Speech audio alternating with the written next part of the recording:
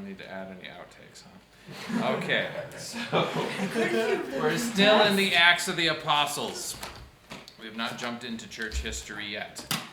And now this is somewhat obsolete because we're already into April 14th, not 13th. And we are to do the rest of the ends of the earth too, because we didn't finish that way back on March 10th.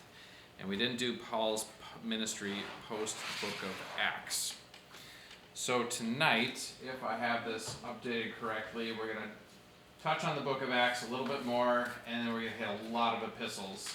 Ephesians, Philippians, Colossians, 1st and 2nd Timothy, Titus, and Philemon, which are essentially all the rest of the epistles that Paul had not written, or has written that we haven't talked about yet. Is Hebrews also on the agenda, or is that already discussed? I can't remember. That's one of the general epistles that'll be next week. Okay. He might have written it. But Yes. for sure. So I'm calling this Ends of the Earth 3 because we didn't finish the book of Acts last time. Alright, so we were close to the end of the book of Acts though. Paul is in prison, and Festus is the one who was trying him in Caesarea, and he was going to do a favor to the Jews by sending Paul back to Jerusalem. Paul appeals to Caesar, and Festus is like, I don't even know what to write to Caesar about this guy's case, so he gets Agrippa to find out, what do I write down about this to send to Caesar? So Agrippa hears Paul. Paul tells him his testimony, and this is a fascinating chapter in the book of Acts because we get a second account of the Damascus Road encounter. That's just a little different than the first one that comes across in the book of Acts. And so when you read and learn and hear about Paul's conversion, it actually comes across twice in the book of Acts. One that Luke recounts more in the sequence of events, and then the other one is from Paul's own mouth, testifying before Agrippa. And I think there's a couple added details there. And of course at the end of this is just a hearing so that Agrippa can advise Festus on what to write, but Agrippa tells Festus Paul could have been released. He hasn't done anything worthy of death or imprisonment, and if he hadn't made an appeal to Caesar, he could just let him go. But he'd appealed to Caesar, so he had a state trip to Rome ahead of him. All expenses paid, cruise across the Mediterranean. Very nice. With an armed guard at your disposal. And lots of other prisoners. So Acts 27 is sailing to Rome. It sets sail from Caesarea with a whole bunch of other prisoners, and just like our airline system today, where you go from one city to the next city and then you switch planes, and then you go to another city and then you switch planes again, Paul had to switch boats a few times in this. He was accompanied by Luke and Aristarchus on this journey. Sailed to Sidon, and then they head to Myra. In Myra, they switch ships. I think Myra is on the south side of Turkey. Did you find it on the map that you're looking at there? No. Nope. Okay. Pretty sure it's north of Cyprus on the south side of Turkey. Do we have a map of his fourth journey? Did I hand that out? What is that? No, this isn't the fourth journey. That was about like Paul's journey to Rome. Oh. Yeah. Did I hand this one out or did I hang on to it? I've got a map for you guys. I'm glad you flipped open to that, Izzy. Here I'm depriving you of graphic information. Dad, how dare you? Mm-hmm. Wait, we keep another graphic? Oh yeah, there's mine. Maybe you do have this. No. Yeah, Annabelle has it. Oh, but she has it too. Do you have that one? This is third. I'm not even. Wait, hold on. Wait, I have. You do have I that have one. that. I have that. Okay. Yeah. Never mind. If anybody's missing this map, Their journey? it is Journey to Rome. Yeah, I do not have It looks a little bit different than all the other that. ones. That must have been handed out the week that. Probably. Liz, you can hand that back. I have that. Thank you. Thank you. Myra. I have a lot of copies of Paul's second journey. Do people have his second journey? Oh, that's just I have a second. maybe those are just his extra ones I printed. Hold on. Okay. So many pieces. I have that. Okay. I can't get these two. Oh, this is I don't know why I have this in maps. I don't think I do have his second journey. Unless I put them in the wrong Oh, order. that's not. Yeah. Nope, I don't have this Yeah, second you journey. printed That's this odd, on eh? a piece of paper, and so I thought it was two pieces of paper. I don't know. Yep, I don't have a second journey. And this I have an one. extra. Thank you. Okay. And that. That's a thick binder. Yeah. Why? Yeah, I don't have a second journey either. All right. Well, following along on his journey to Rome, You you don't can have track with the geography. Switches ships in Myra, and from Myra they're trying to get all the way to Italy. They pass to the south of Crete, and it's already really late in the sailing season, and the Mediterranean is just flat out inhospitable for sailing ships for 3 or 4 months out of the year, and so all trade just stopped unless you had a death wish because storms would come up unexpectedly. That's precisely what happened to Paul. Is it still the case today? Nope, because we're not sail driven any longer, and so you can have a standard propulsion ship and you Well, can get places. The other thing is storms don't affect ships as much because they aren't made out of wood. They're much made out of larger. Steel, they're Yeah. much larger, and they can just go against the wind. A little easier, yep. Anyway, on their way south of Crete, it'd be the ship's captain and the guard or the centurion decide that they want to winter in a better harbor instead of near Fair Havens. And so they head over to Phoenix, and that's where they want to be. The wind kicks up against them, and they are not able to get into the harbor at Phoenix, and so they get blown across the Mediterranean. They thought they were going to get run aground down on Africa in Cyrenaica, I think it is, but instead they actually run aground in Malta. Seriously? Yep. Dude, when it's written, it's like us, they just get blown around a little bit.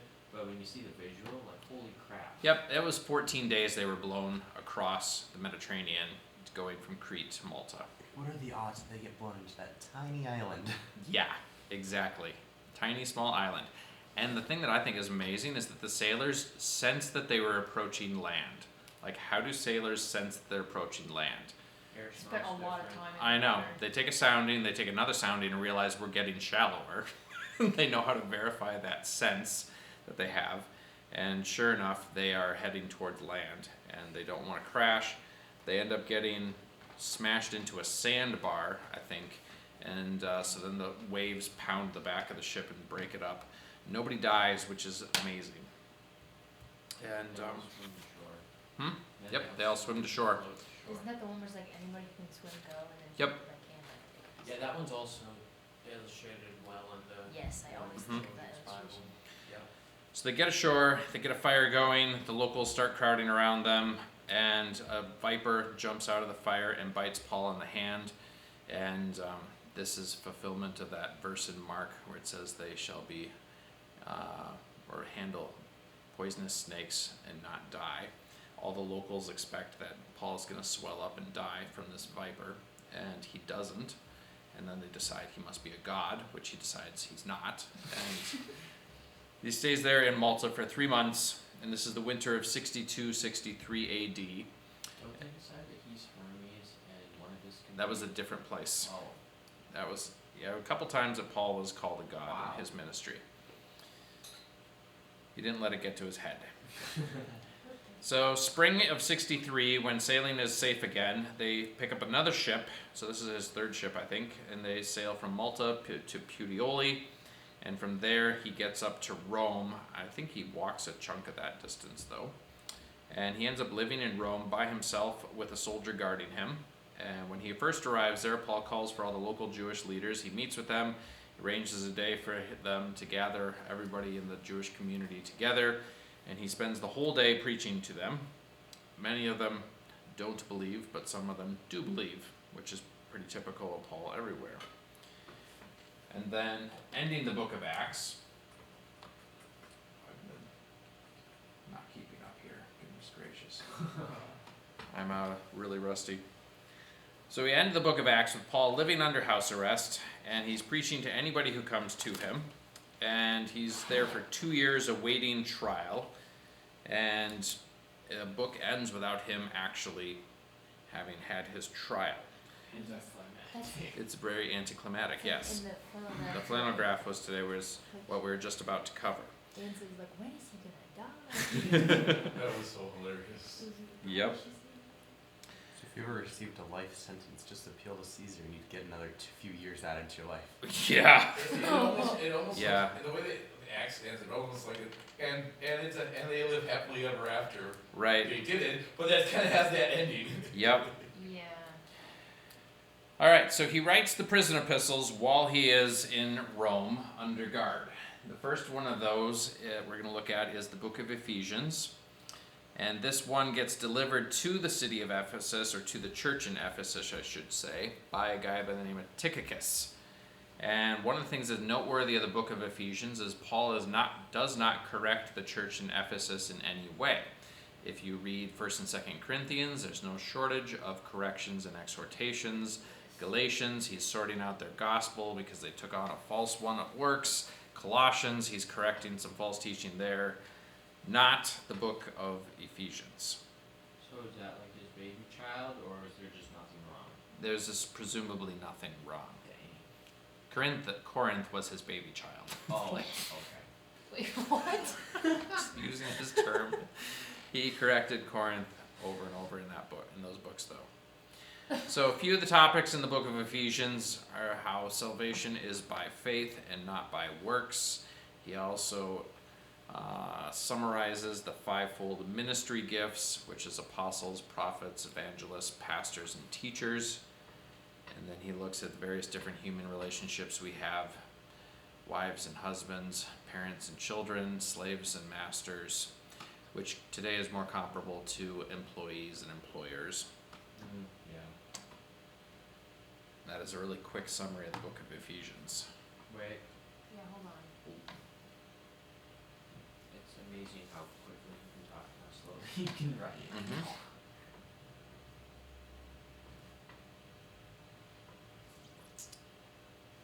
So were these letters like exclusively to these places, or was it like, here's the letter from Ephesians, here, Corinth, you wanna read this?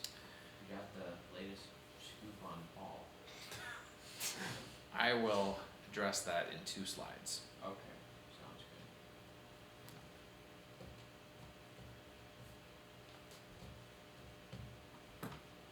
I know that various human relationships. All right, we good to go on to Philippians? Yeah. Okay. Philippians is the next prison epistle, also written by Paul from Rome into his first imprisonment, 63 to 65 AD. This one gets delivered to the church in Philippi by Epaphroditus, who is from Philippi. And in this one, he indicates that some of Nero's own household becomes believers while Paul is in prison in Rome. Seriously? Yep. So, topics of this book include the example of Christ that we should look at and examine our lives through. He talks about contentment, which is the theme of the passage, where that famous verse, I can do all things through Christ who gives me strength. The idea being that I can be content in all circumstances, which I never understood as a kid, and so every time I go to the beach, I'd be like, I can do all things through Christ who gives me strength, so I'm going to walk on water. And it never worked. Yeah. Contentment was the theme. Wait, so, you know Nero's like Human Torch thingamabob that he did? No, Heard of I that? don't. No?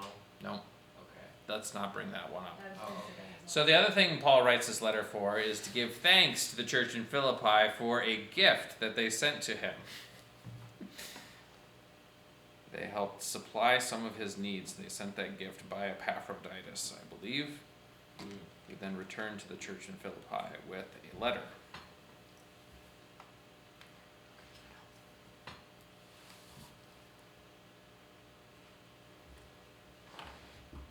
So basically, if you want a letter from Paul, send him a gift. Maybe. Why don't you just have an easy courier? Easy courier to get the Yeah. return. So to have an excuse for a courier to bring you back Yep. a letter.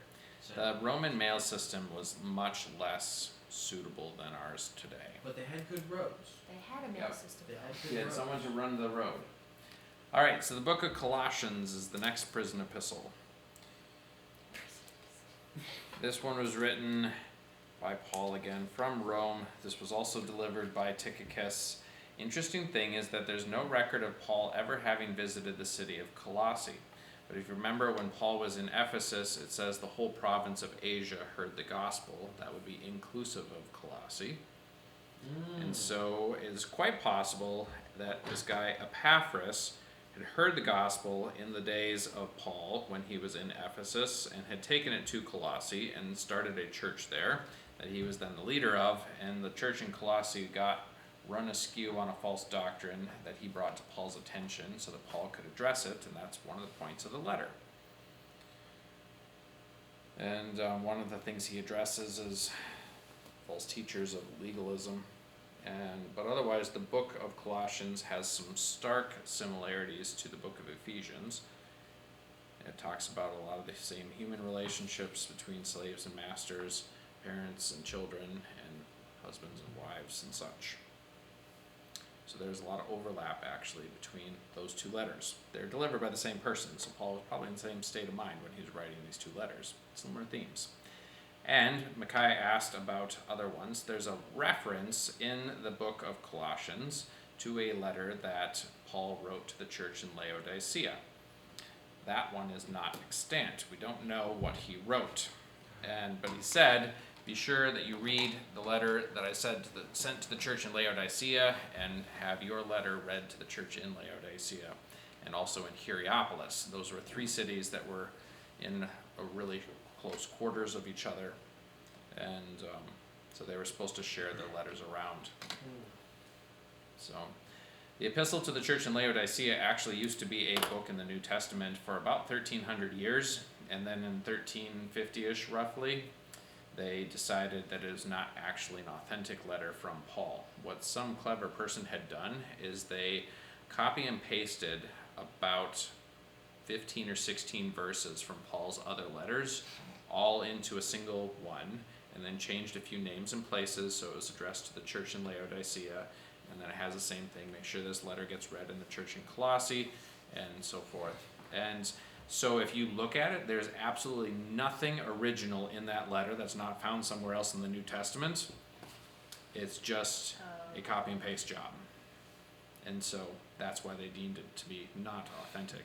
You're not missing out if you don't have that one.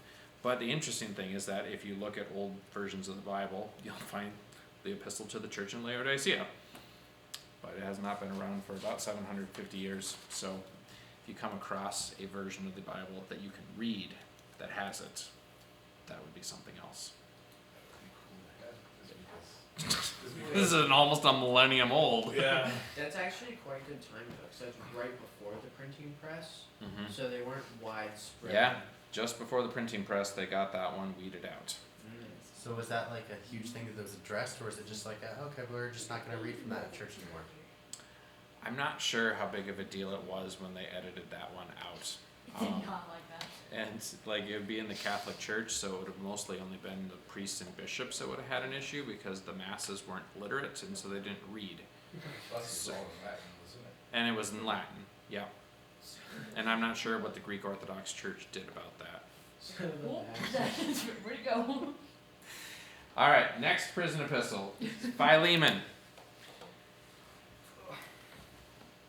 This one was also delivered by Tychicus. Dude, I wonder how many steps that guy got. Well, he delivered all 3 of them in one journey, presumably. Presumably. Took the route from Rome to Ephesus and Colossae at once. So Onesimus was a slave of Philemon. He was a resident of Colossae, and Onesimus shows up in Rome. A lot of people think that Onesimus was a runaway slave, but it actually is not stated that he was a runaway slave, and there's a few other scenarios by which you can figure out that Onesimus shows up in Rome. Is there something? No, it just looks like Onesimus. Onesimus, yes. Onesimus. The character from the Lorax, I think, the Onceler. Wow, we're really scattered tonight. Sorry. Onesimus. So you have to create your backstory to Onesimus. The Bible does not tell us what he or how he ends up in Rome. An alternative is that Philemon had an errand that needed to be run to Rome, and so he sent his most worthless slave, who was going to be long gone for a long time, Onesimus. Or his Because- best slave. Nope, it was, Paul says to Philemon, he was once useless to you, Oh. but now he is useful. Oh, yeah. So, Okay. anyhow, I just remember reading it. it is I possible that see. Philemon sent his worst, lowest performing slave to Rome because you get him on a boat, he'll eventually get there. His own incentive is not necessary. We don't know. Anyway, Onesimus ends up in Rome. He receives Christ in Paul's presence and becomes a believer. And so Paul exhorts Philemon to receive Onesimus back as a brother in Christ and not just a slave. As one of the short books of the New Testament. Wait, so that was probably just like here this guy's returning, here's a little note explaining. Mm-hmm. So, well, Yep. I actually thought about that when I was reading it, or maybe. Yep. Did you mention it in your sermon? It was in the children's message today. Oh, that's Yep. what I would have been thinking about. Okay. Is that why it was such a common thing that slaves would be freed after so many years if they became a Christian? I don't know, honestly. I'm not sure. Alright, so from the epistles that we just mentioned, you can discern that Paul had a lot of companions for various stretches of time while he was imprisoned in Rome. This would include John Mark, Aristarchus, Tychicus, Demas, Luke, Timothy, Epaphras, Justus, who I don't know anything else about, and Epaphroditus. Justice. Yep, Justus. Justice. Not that kind of justice. I don't know what his Latin name means. We'll look it up sometime. Yes. So Paul gets released from prison. He is not executed the first time he's there. The first time he's there.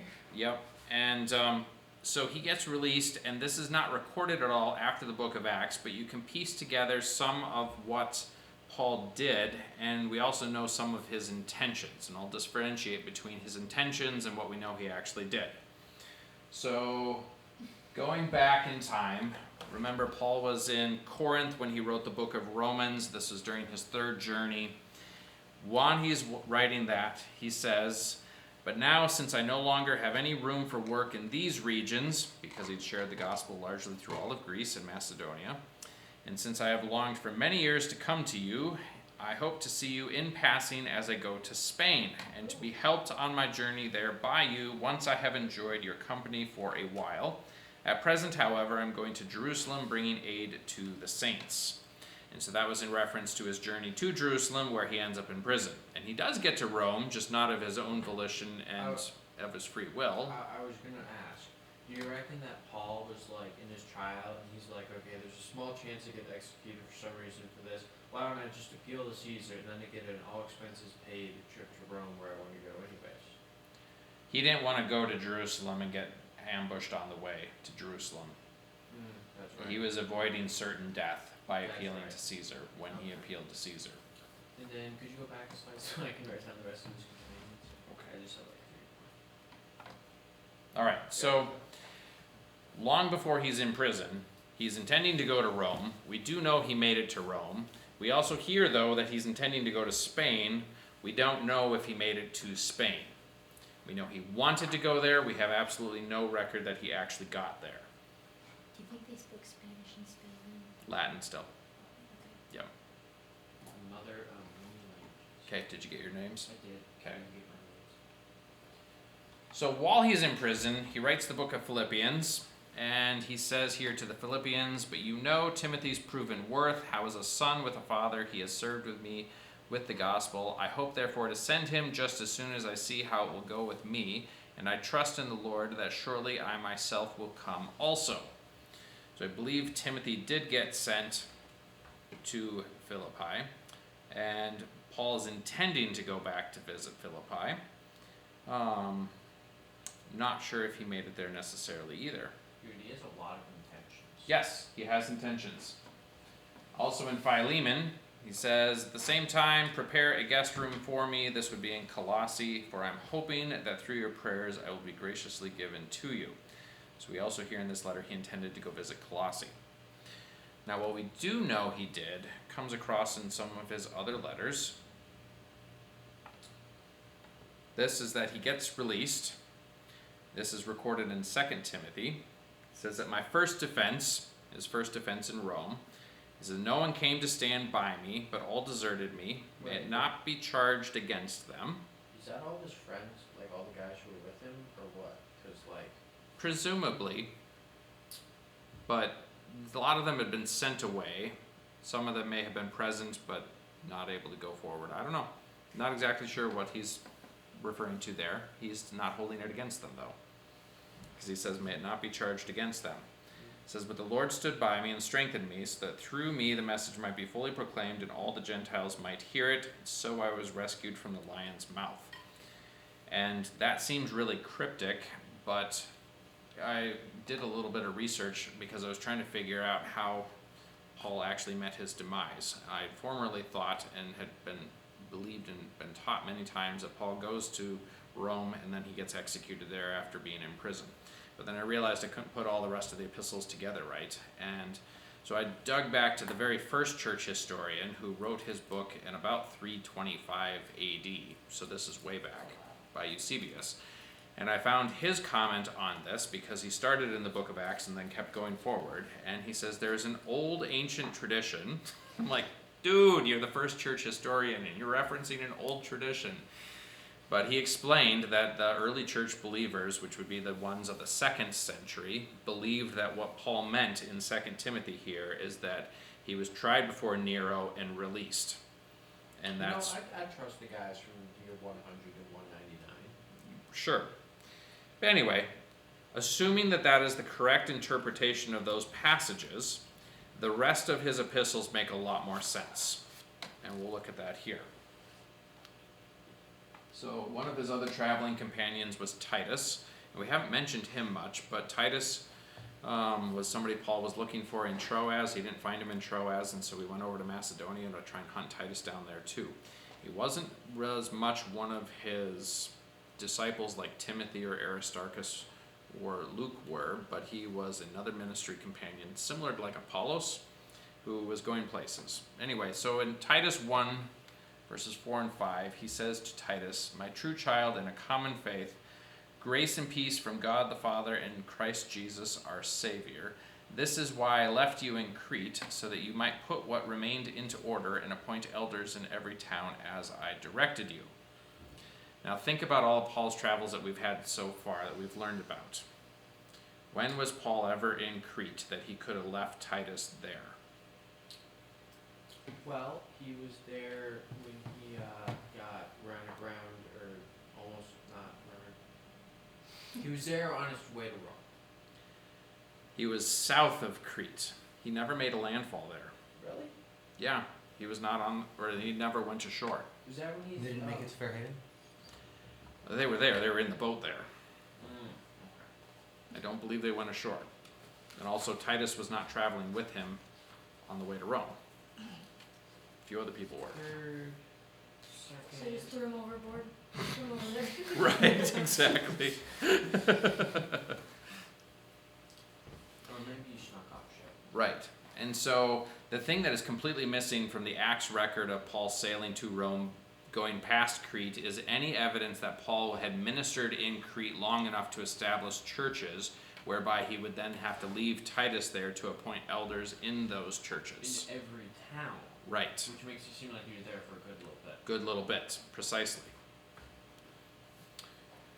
And then at the end of this, he says, when I send Artemas or Tychicus to you, do your best to come to me in Nicopolis, for I have decided to spend the winter there. Where's Would- that? Nicopolis is on the west side of Greece. I could not find a map that had it that was reasonable. But if you look at the southern part of Greece there, I think it's labeled Achaia in the green. Is that what it says? Yep. Yep.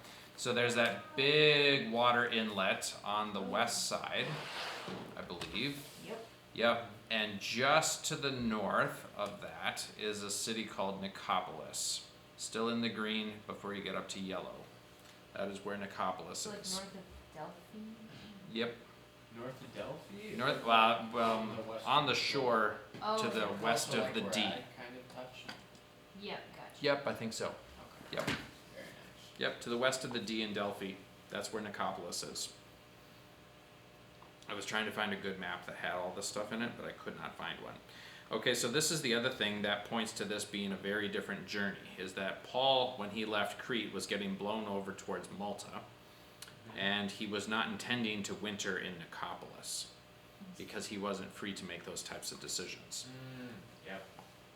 So this indicates this is a very different journey going on that's not recorded anywhere in Acts. And wasn't he still with Apollos? I don't. Or Apollos? Oh, yeah. Or was- No. Yeah, Apollos comes across him again here. He wasn't with Apollos, but He was. apparently Apollos was down in Crete, so this is where he intercepts him again. Apollos and Paul didn't do too much together. They crossed paths a couple times, though. So, we'll look at the book of Titus here, because this was written by Paul after his first imprisonment. We don't know where he was when he wrote it, but it was most likely Asia, Macedonia, or Achaia, visiting churches that he had already established. And he's writing this to Titus, who's a longtime fellow minister with Paul.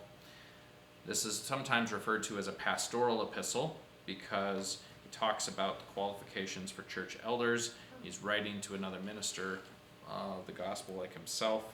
He talks about proper Christian behavior and the grace of God, which leads us to righteousness, which is the opposite of our righteousness, which would lead us to God's grace, which is how we normally, that's a work salvation, obviously.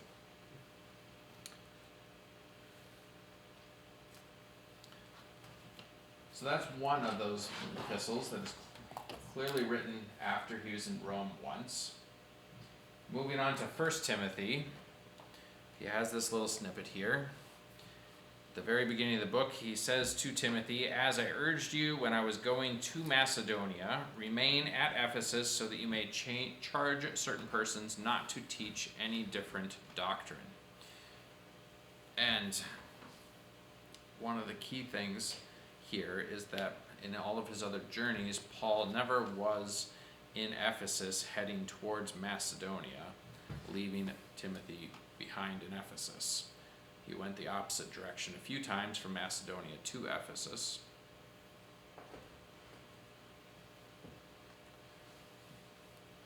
So this points to him being, or writing this book also after his first imprisonment.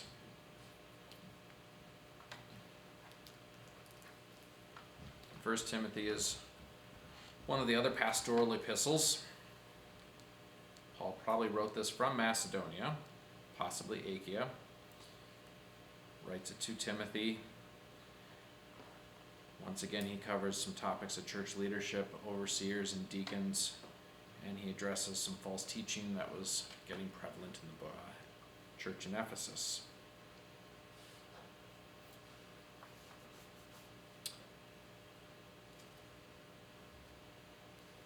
Then looking further at his travels, it says, "You are aware that all who are in Asia turned away from me, among whom are Phygelus and Hermogenes. May the Lord grant mercy to the house of Onesiphorus," not to be confused with Onesimus or the Winsler. "For he often refreshed me and was not ashamed of my chains. But when he arrived in Rome, he searched for me earnestly and found me. May the Lord grant him to find mercy from the Lord on that day. You know, or you well know, all the service he rendered at Ephesus." So we see that Paul landed in Rome again.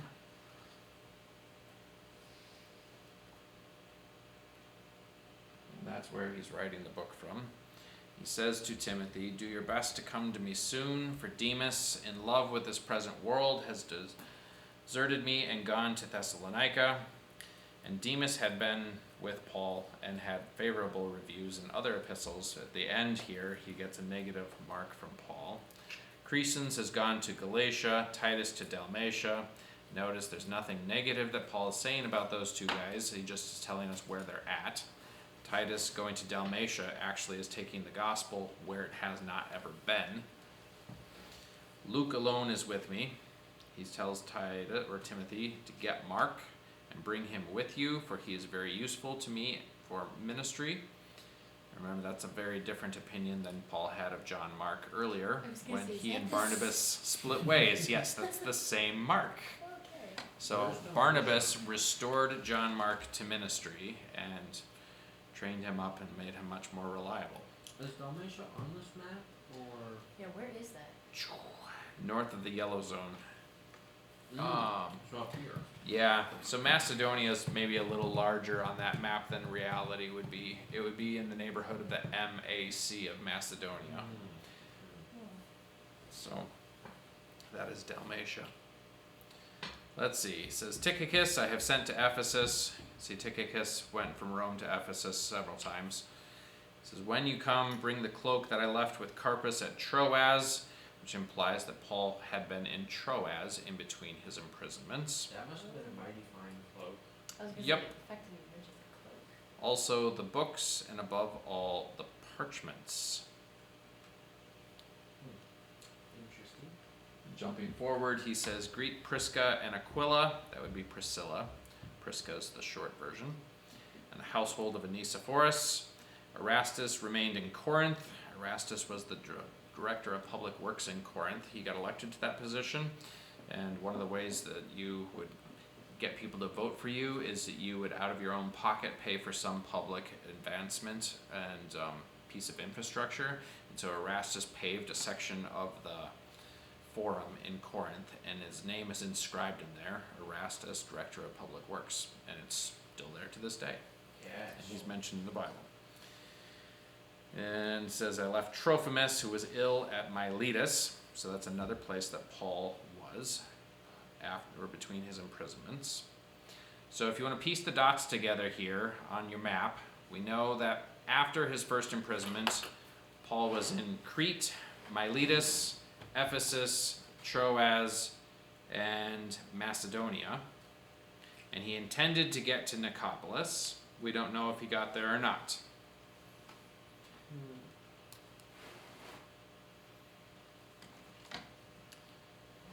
Whether he resurrected his intentions to get to Spain is also unknown. Not stated in the scriptures. Is there any historical, churches in the area of Spain that popped up? Well, the Spaniards traditionally claim Paul got there, and that's who brought the gospel to them. Right. But they just pull that off of the verse in Romans saying that Paul wanted to go there, so obviously he came.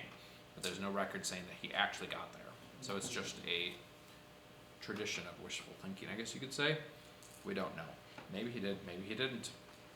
The Library of Heaven. So that could be known as Paul's 5th missionary journey, or his 4th if you consider his journey to Rome not a missionary journey. But Paul does have quite a bit of travel after the book of Acts closes that gets recorded in the epistles. And this is how I best put it together. If you're going to draw the most efficient route, he would land in Crete, go north from there to Miletus, and then Ephesus, and then Troas, and then head over to Macedonia on his way to Nicopolis, and maybe he got intercepted in Nicopolis. We don't know why he got arrested a second time. There's no story behind that. But when he writes 2 Timothy, we know that Paul is in prison in Rome again. So this is somewhere in the 67 to 69 AD time frame. I believe that it is considered that because it's before Rome burned down and before